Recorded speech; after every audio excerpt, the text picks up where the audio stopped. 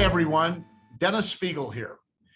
We just passed an important point of our season 2022, the 4th of July weekend, a time that's traditionally super busy and a critical time in our industry because it's about the halfway point in the busy summer season. We all know that. Now, with many uncontrollable factors that we've had to face today, such as surging oil prices, nagging labor shortages, the war in Ukraine, ongoing flight cancellations, and soaring inflation, one has to wonder, where are we now? And how are we doing as an industry? And have we encountered a slowdown yet that we've been hoping to avoid this season? Well, picture this, if you will. Have you ever sat in front of a block of ice with a fan blowing on it, trying to slap the water back up on it as it melts? Well, that's the situation that we periodically run into in our industry from time to time. We build up attendance cushions early in the season, feeling pretty good about the situation. And then something happens out of our control, which seems to melt away the surplus that we built up. Like our bank account, we build it up, but before you know it, the money's depleted and gone. Now, after a great start this year and still seemingly great results from pent-up demand and continued in-park spending, many attractions went through the 4th of July weekend only to find themselves trying to slap the water back up on the block of ice. Others, however, reported great holiday weekend results. So, are we reaching a softening period or not? Let's look at some facts. What was predicted for this holiday season and what we're hearing actually happened? I think first, let's look at hospitality overall. General travel trends, booking sites, online travel agencies, and hotels give us information that said prior to the 4th of July holiday, the American Automobile Association here in the US predicted that a record 42 million people around the USA were expected to hit the road. Now, despite historically high fuel costs and rising prices everywhere you turn, if this happened, that number would surpass the 2021 levels. We're waiting to hear from them on that. When you factor in air travel, it was predicted that roughly 6 million people were expected to travel 50 miles or more from their home. Now, that's a total of 48 million people expected to have traveled by air or auto this past holiday weekend. And this is just slightly less than 2019, but more than 2021. So, did it happen?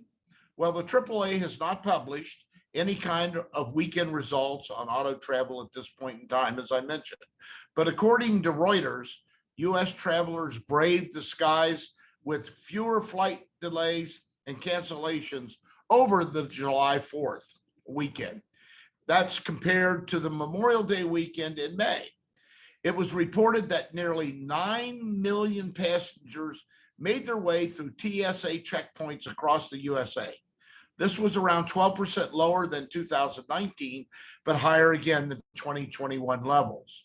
And what about hotel bookings?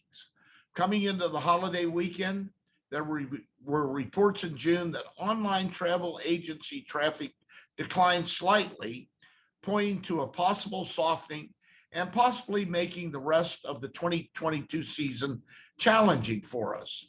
In fact, comparing May and June of this year to the same months in 2019, we see that the traffic for Airbnb went up by about 5% in May, but down 2% in June. Expedia traffic went down in both months, 8 and 17%. Booking.com was the only site to increase bookings month over month, and those were due to bookings in Europe, Middle East, and Africa. In Orange County, California, one of our major tourist destinations for the industry, they reported good news as of July 1st by saying that most hotels there have seen a big increase, including average weekend rates up about 20% from a year ago. And more good news, in May, these hotels had experienced a 70% boost in employees from the year prior, which means that employees are starting to return to work. Now, just this week, Orange County down in Florida, the other major tourist destination, reported record tax collections from tourist hotels. While occupancy rates have been down from 2019, average daily hotel rates were over 16% higher in May 22 than 2021, a common trend we're seeing in other destinations. Food prices continue to rise significantly. We see it every day in restaurants and at the grocery store. Last month saw more than a 10% jump in food prices from 2021. A colleague of mine that works in the food distribution business believes that prices may continue to increase until the end of the year.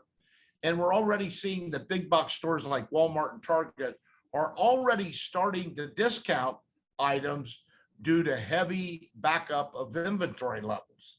And this is going to be very interesting for all of us to watch. Now, we know that these trends in hotel bookings and food prices with those other uncontrollable outside forces have tremendous impact on our attractions. So what are we seeing and hearing? Now, while many operators have not reported results for the holiday, Cedar Fair reported just today that their chain of regional parks experienced new records for in-park spending and for sales of season passes. Their year-to-date net revenues were up 20% over the same time period in 2019. Attendance has been in line with expectations, they indicated. And we're hearing other park operators are beginning to experience a little bit of a softening with lower attendance levels that currently they've expected. Now, parks are also varying their discounting approach right now, with some discounting greatly, especially online. And others are maintaining higher than normal front gate pricing that people still seem willing to pay. One major Midwestern theme park we talked to just raised their food prices significantly this last month and has seen no pushback so far. So what do we make of all these mixed signals? Up, down, flat? Well, good news in some aspects and maybe not so good in others. My biggest advice to you is be prepared and be alert. Be ready to call audibles at a moment's notice. We've done a good job of controlling the variable costs that we're responsible for, but the difficulties come when we meet the uncontrollable factors that I've already mentioned, those outside costs, and others that I've mentioned, such as high mortgage rates and high interest rates, which the Fed's announced today they're probably going to be increasing again shortly. All of these come into play with the impact on the guest decision to travel and spend money. We all know that our business is cyclical. We go through issues like this on a regular basis. They've just been more intense the last couple of years, that's for sure. What we're seeing today is nothing to be surprised about. We know 2020 was a write-off year. Then 2021 was abnormal due to the pent-up demand and the increase in surge we saw. And now in 2022, we're still seeing growth in guest spending despite our circumstances with our economy. And this is true all over the world.